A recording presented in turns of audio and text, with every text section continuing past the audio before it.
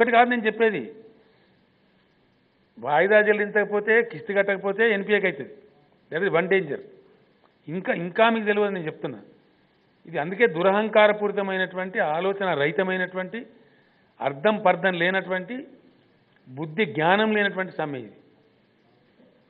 మెడ మీద తలకాయ ఎవడు చేయడు. సంస్థ మనుగడను కానీ కార్మికుల యొక్క భవిష్యత్తు, కార్మికుల యొక్క జీవితాలు, వాళ్ళ కుటుంబాలతో ఆడుకోవద్దనే కనీస జ్ఞానం ఉన్నది ఎవడు చేసే సమ్మె కాదు ఇది. Very sorry. చట్టమే, నేను చెప్పే చట్టమే కదా. ఇక అర్థమైతే లేదా? నేను చెప్పే చట్టమే. వాళ్ళ సమ్మె ఇల్లీగల్ ఎప్పుడున్నది తెలుసా నీకు? It is a illegal strike, already declared. వాళ్ళ మీద ఆల్రెడీ ఎస్మా ఉంది. ఎస్మా కొత్తగా పెట్టే అవసరం లేదు. ఎస్, ఎస్మా ఉండంగా చట్టానికి పోయినారు. ఒకటి కన్సైలేషన్ ప్రాసెస్ లేబర్ డిపార్ట్మెంట్లో ఉండంగా చట్టానికి పోయినారు. Already labour department declared illegal strike అని చెప్పి. సో ఒక వినండి లాస్ట్.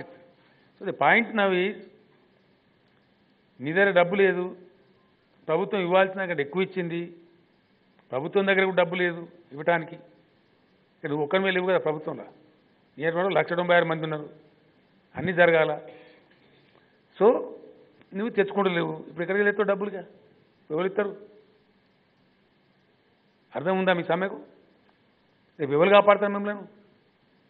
ఎక్కడి నుంచి వస్తుంది? బ్యాంకు అటు ఇయ్యరు. ఇంకా తమాషా, 2600 బస్సులు ఇప్పుడు రిప్లేస్మెంట్ కొనే 10 lakh kilometers అయిపోయి. అవి మార్చాలంటే 800 నుంచి 1000 కోట్లు కావాలా? అవి లేవు. ఎవడు రూపాయి ఇచ్చే పరిస్థితి లేదు. ఇప్పుడు ఏం చేస్తావుగా? అంటే డెఫినెట్లీ ఈ సమ్మె యొక్క రిజల్ట్ ఏంటంటే, ఈ సమ్మె యొక్క ఫలితం ఏంటంటే 1000% పాత ఆర్టీసీ ఉండే ఆస్కారం లేదు, జరగదు. పాత ఆర్టీసీ యాజ్ ఇట్ ఈజ్గా బతికి బట్టగట్టే పరిస్థితి లేకుండా ఈ యూనియన్లే చేసినాయి. ఇప్పుడు వాళ్ళకు సపోర్ట్ చేస్తున్నటువంటి రాజకీయ పార్టీలే చేసినాయి.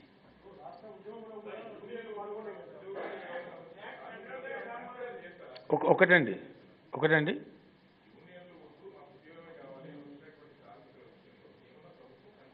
రమ్మనండి, వస్తే చూద్దాం. ఈ యూనియన్లు ఉండి ఇదే ఈ గొంతెమ్మ కోరికలతోని, ఈ పనికిమాలిన యూనియన్ ఎన్నికలతోని, ఈ చిల్లర రాజకీయాలతోని ఆర్టీసీ బతికి బట్ట కట్టదు. ఆర్టీసీకి భవిష్యత్తు ఉండదు. As a responsible chief minister I'm telling. ఎందుకంటే నాకు ఆర్టీసీ కండక్టర్లతో డ్రైవర్లతో నాకు పంచాయతీ ఉంటుందండి? అవసరం ఉంటుందా? నాకు లక్షలాది మంది ఉద్యోగులు ఇప్పుడు ఎలక్ట్రిసిటీలో పనిచేస్తున్నారు, వాళ్ళు విజయం సాధించారు. సింగరేణిలో పనిచేస్తూ సింగరేణి మునిగిపోయి ఉండే కాపాడినాం. 2 లక్షల రూపాయలు మనం నేనే బోనస్ ప్రకటించిన వాళ్ళకు Dasara Deepavali. They are happy. యూనియన్లు లేకుండా, రాజకీయాలు లేకుండా ఆర్టీసీ కరెక్ట్గా పనిచేస్తే, బతుకమని పనిచేస్తే 2 ఏళ్ల లోపల వాళ్ళు కూడా 1 లక్ష రూపాయల బోనస్ తీసుకునే పరిస్థితి వస్తుందండి. I'm challenging. పనిచేసే కార్మికులను పని చేయనీయకుండా యూనియన్ రాజకీయాల కోసం వాళ్ళని చెడగొట్టి, వాళ్ళ ఆలోచనలు పొల్యూట్ చేసి ఇలా వాళ్ళ జీవితాలతో ఆడుకుంటున్నారు. కానీ సమ్మెని ముసుగుపెట్టి.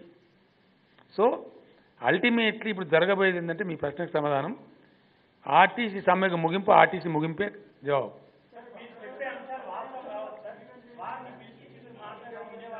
నేను పిలిపించలేదానండి?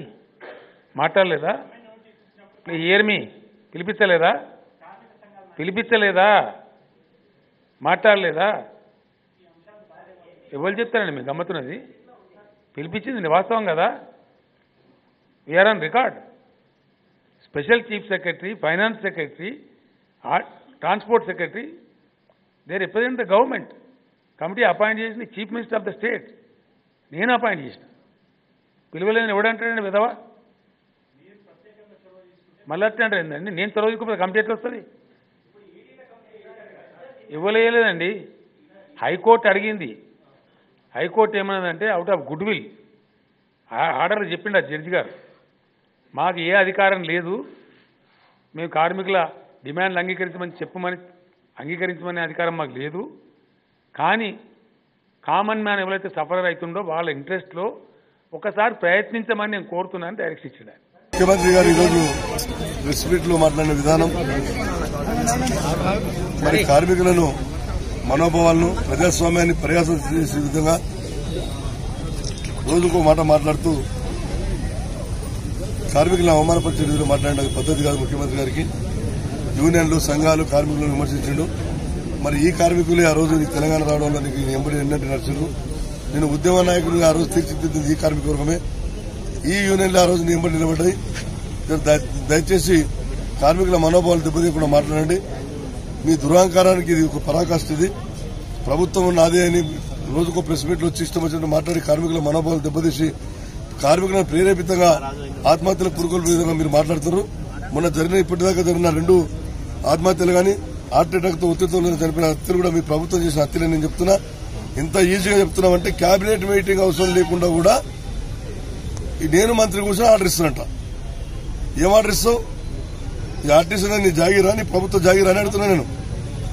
ఈ ఆర్టీసీ అనేది ఒక ప్రభుత్వ రంగ సంస్థ. కరీంనగర్ సభలో ఏం చెప్పినావు? మేము ప్రభుత్వం తెలంగాణ రాష్ట్రం ఏర్పడితే ఆర్టీసీ కార్మికులు ప్రభుత్వంలో విలీనం చేస్తున్నాం. నీవు ఇచ్చిన మాట మీద నువ్వు నిలవడవా? అంటే ముఖ్యమంత్రిగా మీరు ఇచ్చే మాట మీద మీరు నిలవకపోతే ఎందుకు? డైరెక్ట్ సీఎం గారు ఏమన్నారంటే ఆర్టీసీ సమస్యకు యూనియన్లే కారణం, ఆర్టీసీని యూనియన్లే కుంభముచ్చుతున్నాయి అనేటటువంటి వర్డ్ డైరెక్ట్ అన్నారు. సమయం ముగించాలంటే ఆర్టీసీ ముగిస్తే సమయం ముగించాలి. ఈ యూనియన్లేనండి నిన్ను తెలంగాణ ముఖ్యమంత్రి చేసింది. ఈ ఆర్టీసీ కార్మికులే నిన్ను తెలంగాణ ముఖ్యమంత్రి చేసింది.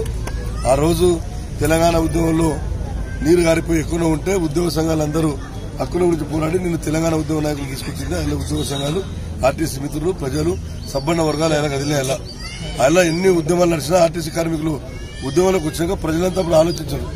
ఎందుకు బస్సులు బంద్ అయినంటే తెలంగాణ నుంచి బంద్ అయినంటే ప్రజలు ఎంతో పాత్ర కూడా ఆ రోజు తెలంగాణ ఉద్యమంలో పాల్గొన్నారు. యూనియన్ కు ఆర్టీసీకి ముగింపు అన్నది ఉండదు. చాలా మందిని చూసినాం. ఆర్టీసీ ముగించాలనుకున్న కూడా వాళ్ళకి ముగింపే వలికింది సమాజం. ఆర్టీసీ ముగించేవాడు ఎవరు లేరు. 1932 అంటే 87 ఏళ్ల సర్వీసు చరిత్ర ఉన్న ఆర్టీసీది ఇంకా 100 ఏళ్లు బతుంది. సూర్యచంద్రులంత వరకు ఆర్టీసీ ఉంటుంది. ఖచ్చితంగా ముగింపు అన్నది ఎవరికి ముగింపు వలుకుతారో ప్రజలే రేపు నిర్ణయిస్తారు అంతే. ఓకే.